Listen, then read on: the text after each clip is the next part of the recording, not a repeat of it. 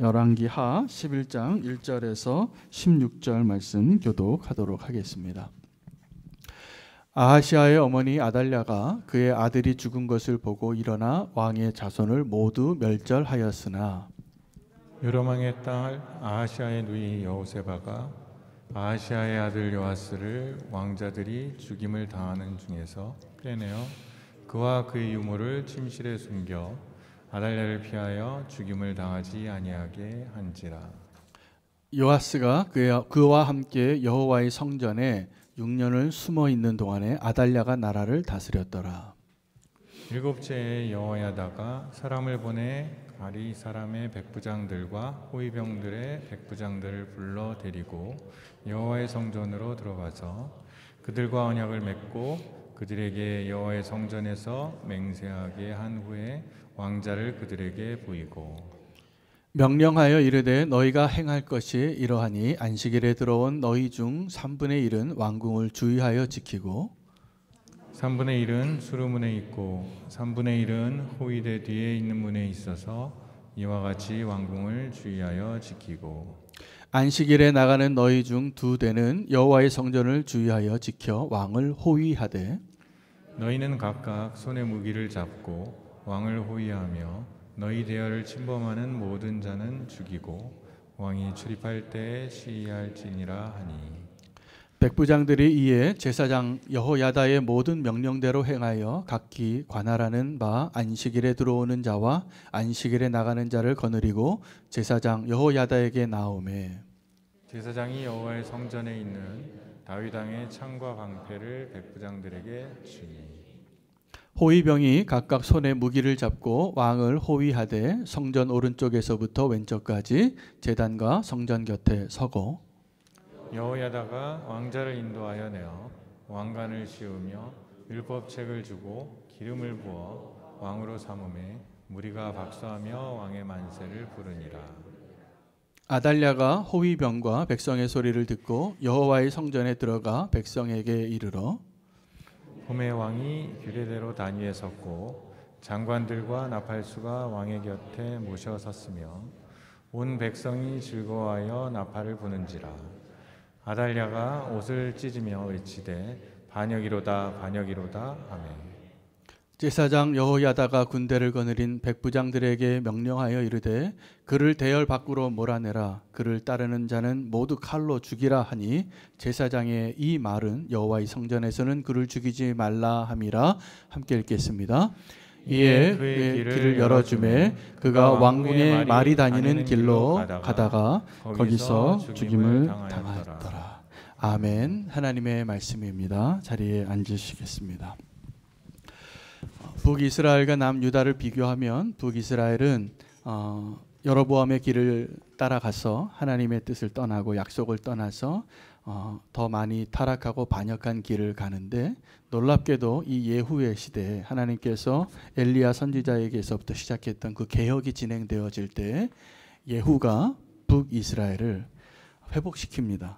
그래서 바알의 나라, 바알의 그 우상을 숭배하던 그 북이스라엘이 이제 이세벨이 죽임을 당하고 아합이 죽고 그 모든 일들의 개혁에 앞장섰던 마치 폭주하는 기관차처럼 돌진하고 난폭 운전을 하듯이 북이스라엘을 바알의 그 성전에서 다 칼로 죽이는 그 예후 때문에 개혁이 일어나고 북이스라엘이 한순간에 우상을 숭배하던 하나님을 떠났던 백성에서 개혁이 일어나서 놀라운 일이 일어나고 있는 그 시간에 남유다는 또 다른 형편의 위기에 처해 있게 되어집니다.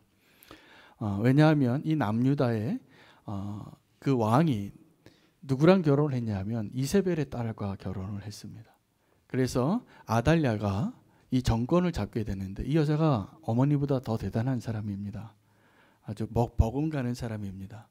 자기의 남편이 죽고 자기의 아들들이 다 죽임을 당하는 그 와중에 도리어 슬퍼하고 그 집안을 지킬 생각을 안 하고 도리어 자기가 그 남아있는 왕족을 다 죽여요. 그래서 왕이 죽으니까 그러면 왕비가 그 나라를 다시 한번 자기 아들을 보고 모아서 그 집을 다시 세워야 할 그 장본인이 이때가 기회다라고 생각하고 그 왕족을 다 죽이고 자기가 왕이 됩니다. 실제로 남유다의 최초의 여자의 왕이 되어지고 반역으로 정권이 바뀌는 일이 시작이 처음 있어요. 처음. 북이스라엘에서는 반역이 계속 일어나서 반역으로 세워진 정권이 또 반역을 당하고 이게 계속 반복이 됩니다. 남유다는 반역이 일어나도 그 왕을 누가 반역해서 죽이는 일이 신하가 죽여도 그 아들이 왕이 돼요. 왜냐하면 하나님께서 이 다윗과 하신 약속이 있기 때문에 그렇습니다. 그런데 이 나라가 위험에 처해진 거예요. 정말로. 그 아들이 왕이 된 게 아니라 부인이 이세벨의 딸이 저 바알을 숭배하는 여왕이 왕이 돼요. 6년 동안 통치하는데 그때 하나님의 구원의 손길이 있었습니다. 그래서 이 남유다의 아하시아 왕의 아들들이 다 죽임을 당할 때 한 명, 한 살짜리 갓난아기가 구출을 받아요. 한 여인에게 의해서. 오늘 이 개혁 남유다에서 그래서 하나님이 또 다른 종류의 개혁을 허락하시는데 여호야다의 개혁입니다. 제사장이 이 나라를 다시 회복합니다. 6년 동안 기다리고 칼을 닦고 준비하고 완전히 철두철미하게 준비한 다음에 왕을 어린아이 왕을 7살짜리 왕을 세우는데 그 대제사장 여호야다의 부인이었던 여호세바가 그 난리통에 아달랴가 이 왕족들을 다 보내서 죽이는 그 와중에 어린아이 한 명을 유모와 함께 살려줘요. 그리고 그를 성전에 숨긴 겁니다. 숨겨서 6년 동안 키우고 이제 유치원 갈 나이쯤 된 그 왕자를 데리고 거사를 다시 일으키는 오늘 장면이 되겠습니다. 여러분 오늘 아달랴가 나라를 훔친 거죠. 훔쳐서 반역해서 최초의 남유다의 여자 여왕이 세워지고 반역해서 다윗의 그 왕조의 사람이 아닌 다른 사람이 왕 위에 서게 되는데 그가 죽을 때 뭐라고 말하냐면 반역이로다 반역이로다 이렇게 외치다가 성전에서도 못 죽고 성전에서 피를 흘리지 말라고 여호야다가 얘기했기 때문에 끌려서 나중에 그 군사가 지나가는 길에서 죽임을 당합니다. 비참한 최후를 겪게 되는데 우리가 지금 기존에 있는 어떤 왕이나 기존에 있는 통치자나 어떤 권위를 가지고 있는 사람의 잘못된 모습을 볼 때가 있습니다. 그럼 우리는 어떤 마음이 드냐 하면 저 사람을 없애고 싶어요. 저 사람을 없애고 제거하고 아니면 내려오게 하고 그 다음이 문제더라고요. 항상 우리는 인생이 다 비슷해서 누가 정권에 있든지 누가 그 자리에 있든지 비슷합니다. 좌쪽으로 한번 갔다가 우쪽으로 한번 갔다 그러더라고요. 그런데 그 잘못된 그 정권을 우리가 막 문제가 있어서 우리도 다 그 경험이 있잖아요. 정권도 바꿨잖아요. 근데 그 다음이 중요하더라고요. 그 다음이 우리가 항상 기억해야 할 것은 이 권력이 어디서부터 나오는지를 알고 우리가 반역자가 되는 길에 서지 않는 것이 너무나 중요합니다. 다윗은 하나님께서 자기에게 기름을 부었음에도 불구하고 이 기름 부음을 먼저 받았던 사울 왕이 아직 왕의 자리에 있는 것을 자기 손으로 칼을 들지 않았어요. 왜일까요? 하나님이 세우신 사람이기 때문입니다. 내가 저 사람을 뵈면 나도 똑같아지는 걸 알았기 때문입니다. 그래서 2번이나 죽일 수 있는 기회를 하나님이 주시지만 그 사울 왕 죽이는 것을 두려워합니다. 양심에 찔려합니다. 옷만 베고도 양심에 찔렸습니다. 그래서 다윗이 된 거예요. 제가 보니까 북이스라엘의 역사 가운데 반역해서 나라를 훔친 사람들이 다 나중에 반역이라고 외치다가 죽더라고요. 그 자기를 반역한 사람을 맞이한 건 맞는데 자기가 반역한 건 기억하지 못해요. 여러분, 하나님 앞에 두려워할 것은 내 눈앞에 서 있는 어떤 권위자가 내 앞에 지금 하나님이 세우신 어떠한 그 정권을 가진 사람이 독재자일 수 있고 아주 악독한 왕일 수도 있지만 우리가 정말 반역하고 싶은 마음이 들 때 정말 두려워할 일은 여러분, 만약에 내가 어떤 사람의 신하인데 저 왕을 내가 반역할 마음을 내가 품고 있어요. 누가 위험합니까? 누가 위험해요? 왕이 위험하잖아요. 지금 내가 반역할 숨겨놓은 칼을 가지고 있는데 근데 진짜 위험한 사람은 그 왕이 아니라 그 칼을 숨기고 있는 나 자신이에요. 여러분, 정말 위험한 사람은 그 왕이 아니에요. 그 왕은 하나님께서 또 세우시는 거예요. 그런데 내가 그 칼을 품고 있다는 것 자체가 위험한 거예요. 오늘 여호야다는 예후와는 조금 다른 개혁을 합니다. 정통성을 가지고 하나님의 방법을 가지고 하나님의 뜻에 의해서 그 나라를 다시 구하고 회복하는 놀라운 모습을 보여줍니다. 반역을 할 때 우리는 잘 몰라요. 그게 남의 것을 도둑질하는 것이라는 것을. 여러분, 어떤 자리에 올라가고 어떤 하나님이 세우신 권위나 그 자리에 앉는 것은 그냥 되어진 것이 아닙니다. 하나님이 주신 거고 그 사람이 정말 수고하고 노력해서 올라간 거예요. 근데 반역이라는 것은 어떤 거냐면 그 자리를 뺏는 거예요, 사실은. 이 반역을 제가 묵상하다가 굉장히 중요한 개념 하나를 오늘 말씀을 전할 주제를 하나님께 받았는데, 소유예요. 소유. 나의 것이 아닌 것을 내가 소유하려고 하는 것, 나의 것이 아닌 것을 내가 소유하고 있는 것, 위험한 일입니다. 어떤 분은 공금으로 누구를 밥을 사줄 때가 있어요. 저도 그럴 때가 있습니다. 저도 교회에 목회비로 누구를 식사를 대접할 때도 있는데, 저는 그러면 꼭 제가 뭐라고 얘기하냐면 이거 교회가 대접하는 거예요 라고 말씀을 드리고 밥을 사요. 근데 이걸 제가 밥을 사는 것 같이 하면 안 돼요. 제가 이것을 어디서 배웠냐면, 제가 이전에 선교단체에 있을 때 그 선교단체 리더들이 그 리더에게 허락되어진 재정의 결정권이 있습니다. 지출 결의가 할 수 있는 범위의 재정이 있는데, 그 돈을 사용할 때 꼭 제가 그것이 너무나 신선했어요. 이건 OM Germany가 쓰는 거라는 거예요. 그러니까 OM 프랑스가 내는 거라는 거예요. 자기가 내는 게 아니라는 걸 분명히 하더라고요. 그래서 제가 너무나 도전이 되고 너무나 좋은 모델이다. 왜냐하면 한국에서는 안 그러거든요. 이거를 회사 돈을 쓰면서 교회 돈을 쓰면서 내가 내는 것 같이 하거든요. 근데 이건 아니에요. 내 거가 아니잖아요. 정확하게 소유를 말하는 것이 우리가 남의 것을 건드리지 않는 겁니다. 이것을 잘 지키시기 바랍니다. 나의 것과 나의 것이 아닌 것을 분명하시기 바랍니다. 베드로가 성전 미문에 있는 그 안진뱅이를 일으켜 세워요. 근데 그가 원했던 성전 미문에 있던 사람이 원했던 것은 동전 한 입이었어요. 그런데 이 베드로가 그를 동전 한 입을 주고 한 끼를 해결한 것이 아니라 그의 평생의 소원이었던 일어나서 걷게 할 수 있었던 이유는 베드로가 내가 소유한 것과 내가 소유하지 않은 것을 분명히 했기 때문이에요. 베드로가 이렇게 얘기했거든요. 금과 은은 내게 없으나, 진짜 없었겠죠. 내게 있는 것으로 너에게 주노니 나사렛 예수 그리스도의 이름으로 일어나 걸어라. 여러분, 우리가 돈이 좀 없을 때가 있습니다. 성도가 돈이 없다고 성도의 자존심 버리시면 안 돼요. 왜냐하면 우리는 예수 그리스도를 우리 안에 품고 사는 자들이잖아요. 우리가 그 자존심으로 살아야 돼요. 나사렛 예수 그리스도의 이름으로 명화해야 돼요. 기적이 일어납니다. 여러분, 삭개오가 예수님 만나고 결단을 하죠. 자기 재산을 다 처분을 해요. 사실은 자기 재산을 다 내놓은 거였어요. 자기 재산의 반을 가난한 사람들에게 다 나눠주겠다. 그리고 남에게 잘못 거둔 것, 그가 그 일을 해서 돈 번 사람이거든요.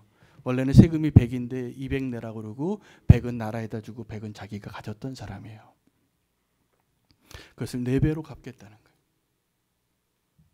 여러분, 삭개오가 회심하고 나서 한 게 뭐냐면 내 것과 내 것이 아닌 것을 분명히 했다라는 사실입니다. 아브라함과 롯이 이제 함께 할 수 없는 축복을 받아요. 너무 양이 많아지고 가축이 많아져서 나누어질 때 아브라함이 이제 자꾸 목동들끼리 싸우니까 조카 롯에게 우리가 이제 함께는 못 살겠다. 집이 좁다. 이제 헤어지자. 네가 먼저 택하라. 그러면 조카 롯이 좀 어른에게 삼촌 먼저 하세요. 이렇게 얘기했는데 아직 미성숙하니까 롯이 자기가 좋은 거 먼저 택합니다. 주위를 딱 보니까 저 소돔 땅, 고모라 땅이 너무나 보기 좋아서 에덴 동산과 같았어요. 자, 그 땅을 택하는데 결과적으로는 그 조카 롯의 마음에는 그 땅을 소유하고 싶은 마음이 있었는데 그 땅이 그를 삼킵니다. 그 타락한 땅이. 여러분, 우리가 무언가를 소유하는 것을 조심하셔야 돼요. 내가 지금 소유하고 있는 것이 남의 것을 가지고 있으면서 내 것이라고 생각하는 것은 빨리 꿈 깨세요. 이거 내 게 아니에요. 그리고 내가 내 것이 아닌 것을 자꾸 소유하려고 하면 그것에 내가 삼켜짐을 당합니다. 아브라함과 롯을 봐도 우리가 어떤 좋은 것을 보면 우리가 선착순으로 먼저 가서 손을 잡고 뻗고 싶은데 천천히 갖는 것이 훨씬 축복일 때도 있습니다. 그래, 진짜를 원하신다면. 그래도 하나님이 축복하세요. 하나님이요, 이 롯을 떼어내신 다음에 아브라함에게 진짜 언약을 하세요. 동서남북을 바라보고 네가 밟는 땅을 다 밟아봐라. 내가 너에게 주리라. 하나님의 축복은 순서가 우리가 이렇게 먼저 붙잡고 싶어하는 그것에 있지 않다라는 것을 기억하시기 바랍니다. 이 반역 하나 가지고 제가 천국까지 묵상하게 됐어요. 여러분, 천국이 어떤 곳이냐면 천국에 가격표가 있어요. 얼마인지 아십니까? 예, 구원이 아니라 천국은 내가 소유한 모든 것이에요. 천국은 어떤 것이라고 설명하시냐면 보화를 발견했는데 그 밭에 묻어 있는데 나만 아는 거예요. 그런데 그 밭에 숨겨진 그 보화를 얻기 위해서 지불해야 될 가격을 주님이 뭐라고 말씀하시냐면 네 소유를 다 팔아야지 된다 그랬어요. 천국은 어떤 것이냐면 지금 내 소유를 다 팔아야지만 살 수 있는 것이 천국입니다. 근데 이게 안 되는 분이 있어요. 부자 청년처럼. 내가 이걸 다 파는 게 안 돼요. 아직 천국의 맛을 모르는 거예요. 천국은 내가 소유한 것을 다 팔아본 사람만 얻을 수 있습니다. 그게 언제 가능할까요? 내가 죄인인 걸 알 때예요. 내가 정말 이 땅에서 나는 십자가에서 죽을 수밖에 없는 그 존재인 것을 깨달아지고 내가 지금 심판받아서 죽을 죄인인 게 분명해지면 내 소유를 다 내어놓아서 그 천국을 사는 것이 당연하게 이루어질 거예요. 근데 이게 안 되면 천국 못 삽니다. 이 예후가 이스라엘을 개혁하는데 남유다는 이 여호야다가 도둑질한 개혁이 아니라 하나님의 방식으로 그 왕자가 자랄 때까지 기다렸다가 주도 면밀하게 철저하게 정통성을 가지고 시작이 되어져요. 아이가 좀 자라서 1살짜리 아이가 왕이 될 수는 없으니까 그래도 자기 의견을 내놓을 수 있는 한 7살쯤 된 그 아이를, 이제 초등학교 들어갈 그 아이를 왕으로 세우기 위해서 기릿 사람들, 이 사람들이 충성된 군인들인 것 같아요. 이 여호야다가 그 사람들에게 먼저 믿고 이 비밀을 이야기해요. 그러면서 너는 하나님의 그 뜻으로 지금 나라를 한번 다시 나와 함께 세워보겠느냐고. 그래서 그들에게 보여준 정통성이 있는데 지금 숨겨놓은 왕자를 보여주는 거예요. 숨겨놓은 왕자를 보여주니까 그 사람들이 동의해요.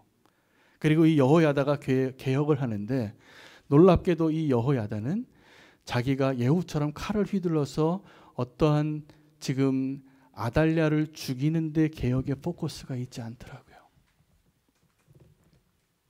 아달랴가 죽임을 당하긴 당하는데 지금 이 왕을 어떻게 정통한 방법으로 세우는가에 모든 전력을 쏟아요. 그래서 6년이 지나서 7살이 되니까 그 군대를 기르 사람 백부장들과 함께 약속을 하고 왕을 세 분류로 나눠요.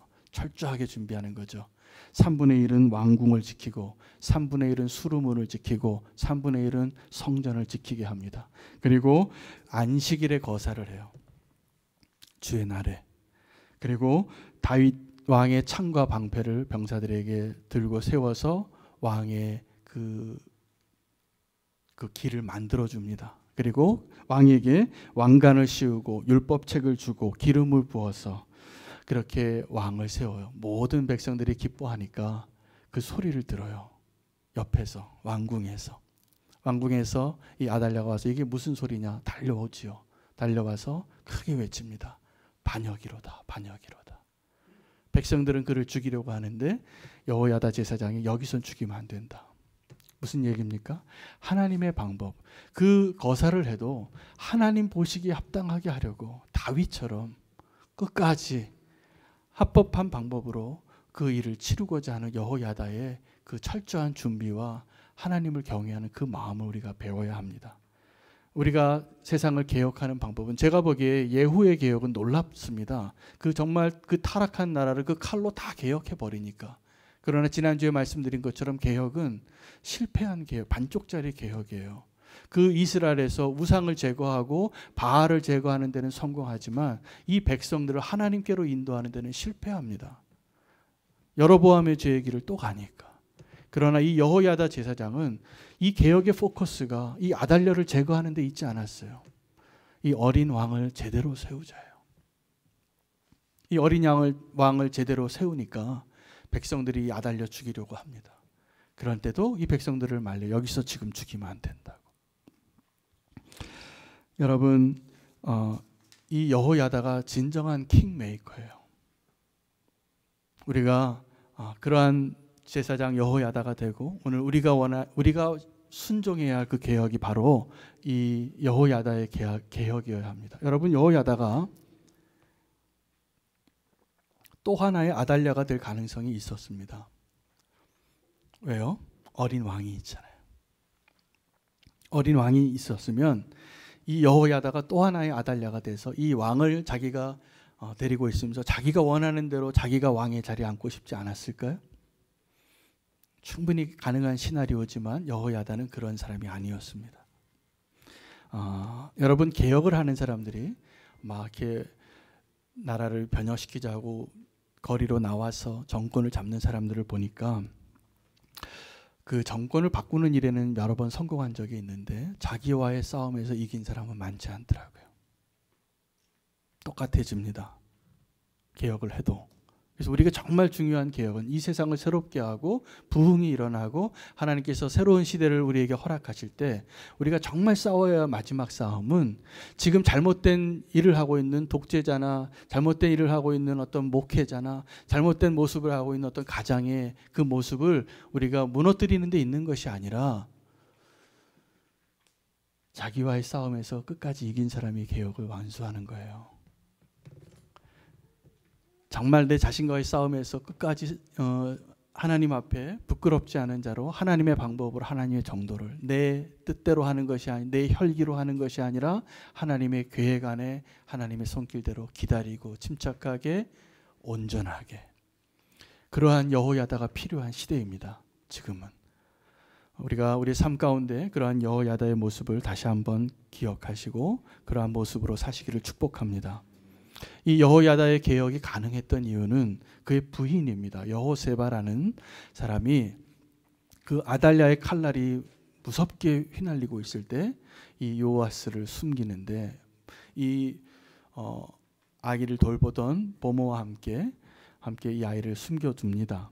마치 모세를 숨겨놨던 요게벳처럼 그 부모처럼 지금 바로가 3살 이하의 모든 남자아이는 죽이라라고 명령을 했는데 히브리 민족 가운데 숨겨놓잖아요. 더 이상 숨겨놓을 수 없으니까 갈대상자에 담아서 띄우고 쫓아가서 바로의 공주의 손에 들어가는 것을 보고 나중에 아주 얼굴을 탁 가면을 쓰고 우유를 줄 수 있는 보모를 찾지 않냐고 그렇게 나타나서 자기 엄마를 소개해줘서 여러분 놀랍게도 하나님께서 이 모세를 구원하시고 모세를 통하여 이스라엘을 구원하시기 위하여 먼저 모세를 건지시는 거예요. 그리고 모세를 통해서 이스라엘을 건지시는 거예요. 그것을 위해서 필요한 것이 피난처였어요. 근데 모세의 피난처는 어디냐면 바로의 왕궁이에요. 바로가 모든 히브리 사람을 다 죽여도 왕궁의 히브리인이 숨어 있을 줄 몰랐을 거 아니에요.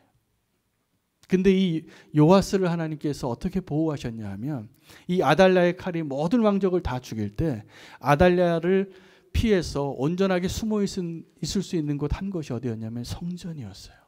왜냐하면 여호야다 제사장이 이 아달랴가 들어오려고만 해도 뭐라고 얘기했겠어요? 당신은 여기 들어올 수 없습니다. 당신은 여기에 자격이 안 됩니다. 이방인이시잖아요. 아무리 왕이라고 할지라도 여기는 안 됩니다. 이렇게 말할 수 있는 사람이 누구예요? 제사장이에요. 그 제사장이 그를 막아요. 여러분, 이 세상에 피난처가 필요한데 제가 보니까 이 세상에 정말 피난처가 필요해서 하나님께서 이스라엘 민족을 땅을 주시고 12지파를 다 땅을 분배할 때에도 이 레위 지파의 땅 가운데 꼭 명령하여서 구체적으로 이것을 꼭 마련해야 된다라고 했던 것이 도피성이에요. 그 도피성은 무죄한 자가 잠시 피할 수 있는 것이에요. 정말 그 사람이 죄가 있으면 제단에 뿔을 잡을지라도 죄값을 치러야 되지만 지금 쫓아오는 그 분노한 사람의 그 분노에서부터 잠시라도 지켜줄 수 있는, 정말 보호할 수 있는 피난처, 그게 도피성이었어요. 도망가는 사람을 안전하게 지켜주는 것. 여러분, 이 세상의 도피성은 어디여야 되냐면 교회여야 합니다. 이 교회는 치유의 복권이 되어야 돼요. 하나님이 통치하시는 것이니까 이 세상에 있는 권력이 감히 들어올 수 없는, 그래서 우리는 세상을 향하여 세상의 권력이 교회를 침범하려고 할 때 여기는 당신이 들어올 수 없는 곳입니다라고 말할 수 있는 사람이 필요하다고 저는 믿습니다. 교회는 어떤 곳이냐면 세상에서 갈 데 없고 피할 곳이 필요한 사람의 마지막 은신처가 되어야 돼요. 아둘람의 굴처럼. 다윗이 쫓겨다닐 때 그 아둘람 굴에 모이게 된 400명의 사람들은 공통점이 있다면 사울 왕에게 쫓기는 사람이었어요. 갈 데 없고 마지막에 피할 곳이 필요한 곳. 그게 아둘람 굴이었는데 그게 진짜 교회의 원형이에요. 근데 이 아둘람 굴이 되려면, 교회가 이 아둘람 굴이 되려면 뭐가 필요할까요? 세상에서는 많은 사람들이 힘 있는 자의 편에 서야지 성공하는 걸 압니다. 중소기업 다니다 대기업 다녀보세요. 은행에서 대출이 달라진대요. 제가 어저께 어떤 집사님 만나서 얘기 들어보니까. 무슨 얘기예요? 힘 있는 편에 서야지 우리는 살고 성공할 수 있어요. 세상에서는. 근데 교회는 어떤 곳이냐? 힘 없는 자의 편에 서기로 결단할 수 있는 곳이 교회예요. 이 세상에서는 성공하기 위해서 힘 있는 자의 편에 서자고 다 쓸 때, 교회는 힘 없는 자의 편에 서겠다고 결단하는 사람들이 모인 것이 교회여야 합니다. 그러면 교회는 세상의 마지막 피난처가 될 수 있습니다. 정말 세상에서 다 손가락질하고 다 하나도 그 사람 편에 서지 않으려고 할 때 교회는 세상 사람들이 다 당신을 죽이려고 해도 이 문을 들어오세요. 당신을 잠깐이라도 보호해 주겠습니다. 저는 우리는 교회가 그 일을 할 수 있는 교회가 될 수 있기를 원합니다. 세상의 피난처가 될 수 있는 교회입니다. 그러려면 우리가 좀 바뀌어야 됩니다. 우리가 누구 편에 서는 연습을 해야 되냐면 힘없는 자의 편에 서는 연습을 좀 해야 되겠습니다. 세상에서는 힘이 있는 자의 편에 서야지 성공합니다. 살 수 있습니다. 그러나 우리가 할 수 있는 형편에 맞게 우리가 힘없는 자의 편에 서기로 결단하십시오. 저도 결단하기를 원합니다. 그래서 우리는 교회가 세상에 피난처 될 수 있는 교회 되기를 원합니다. 근데 정말 피난처가 필요한 사람은 세상에서 도망한 살인자나 도둑질한 사람이 아니라 성도에게 피난처가 필요합니다. 성도의 피난처는 어디일까요? 주님이 우리의 피난처죠. 이건 너무나 추상적인 이야기이기 때문에, 그리고 기도하는 자리가 우리 성도의 피할 곳이 맞습니다. 여러분, 성도의 피난처는 주님이 함께 하시는 그 자리라고 느껴질 수 있는 그 어떤 자리가 있어야 합니다. 여러분에게 그 피난처가 있으십니까? 내가 피할 수 있는 것, 이 세상으로부터 피할 수 있는 것, 이 세상으로부터 우리를 지켜낼 수 있는 힘은 무장한 군사가 필요한 것이 아니에요. 무장한 군사가 건들 수 없는 그 어떠한 곳이어야 해요. 그래서 성도에게 있어서의 피난처는 기도의 자리가 맞습니다. 요즘 우리는 자녀를 키울 때 걱정이 많아요. 우리가 살아가던 시대보다 훨씬 세상이 무분별하게 이 핸드폰을 통하여 또 미디어를 통하여 막 공격해 오기 때문입니다. 눈 둘 데가 없어요. 안전하십니까? 여러분 안전하십니까? 여러분의 자녀들 안전하십니까? 제가 보니까 저도 굉장히 위험한 사람이더라고요. 그래서 제가 어떤 목사님이, 우리 교회에도 CCTV가 있거든요. 이렇게 4군데가 설치되어 있습니다. 입구 쪽에 어떤 분이 들어오는 거 제가 구석에 목양실에 있으니까 하루 종일 교회에 누가 와도 모르고 또 우리 나이 많으신 권사님들 철야로 기도하실 때 너무 보안이 걱정이 돼서 CCTV를 달았어요. 근데 어떤 목사님은 그 CCTV를 다 다시고 하나를 더 달았대요. 자기 목양실에 달은 거예요. 자기 목양실에 달아서 그 나를 좀 지키고 싶어서 CCTV를 달았다고 그 고백을 하시더라고요. 저도 다음에 CCTV 더 달 때 저도 하나 더 달려고 합니다. 이게 굉장히 중요한 메시지인데 여러분, 요셉이 보디발의 아내를 피하여 옷을 벗어놓고 갔잖아요. 저는 그 장면도 정말 이 요셉이 도망친 것은 보디발의 아내가 아니라 자기로부터 도망친 거였어요. 그 여인이 옷 붙잡고 옷이 벗겨질 때까지 같이 있었거든요. 자기가 이 요셉이 정말 도망치려고 했던 것은 보디발의 아내는 원래 그런 여자인 거 다 알았어요. 근데 자기가 위험한 거예요. 여러분, 내 자신의 타락한 본성에서부터 자기를 지켜낼 수 있으십니까? 거기서부터 자기를 지킬 수 있는 안전한 곳이 있으십니까? 만드시기를 축복합니다.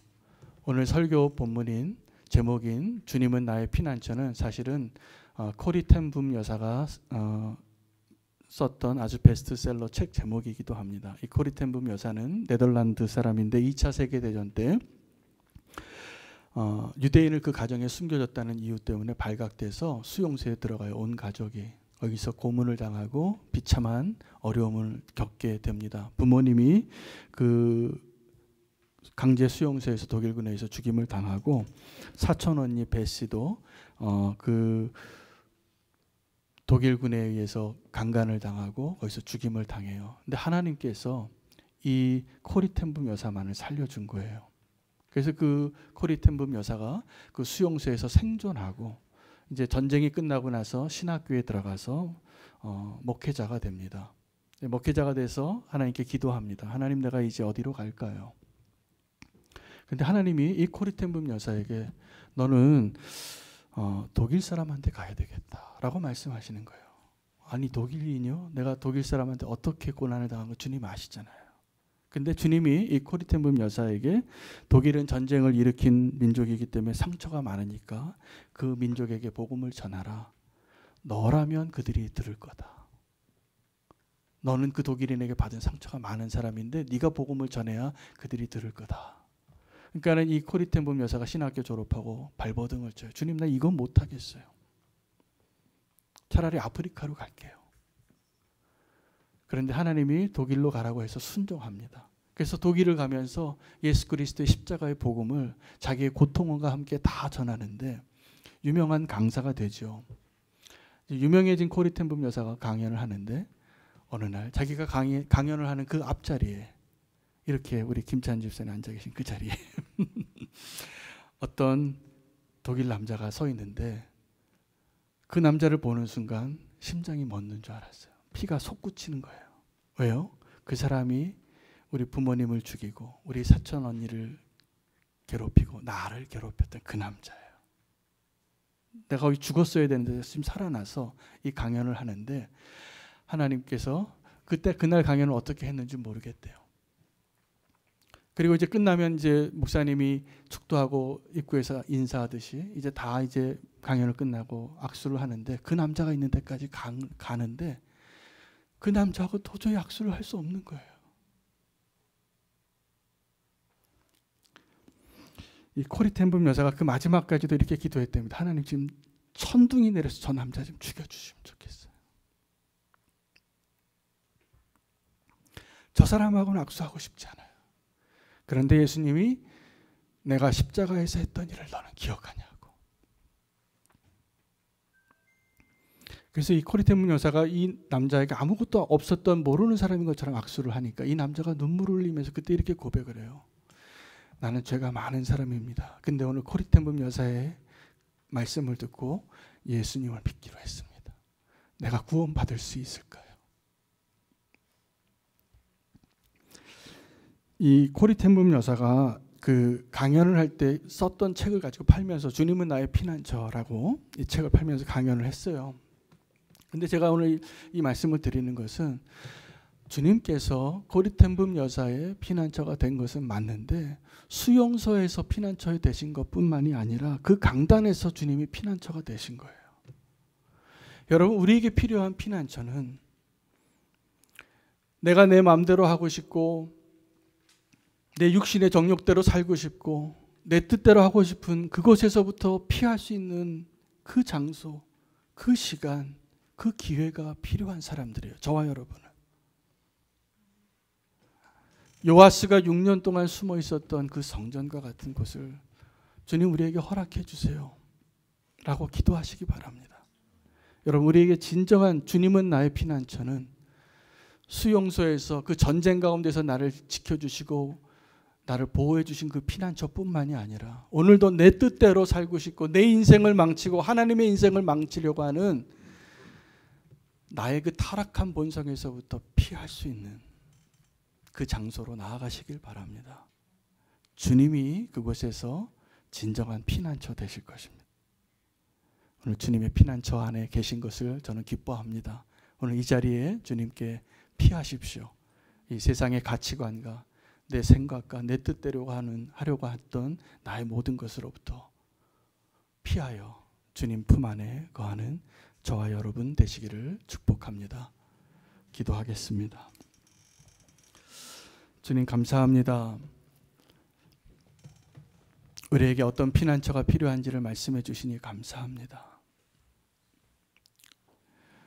전쟁 가운데 수용소 가운데에서만 필요한 것이 아니라 오늘 너무나 안락하고 편안하고 무방비한 상태로 원수의 그 화살이 날아오는 이때에 또 내 자신의 악한 생각대로 내 육신의 정욕대로 내 교만한 자아대로 살지 아니하고 주님께로 피할 수 있는 이 피난처로 불러주시니 감사합니다.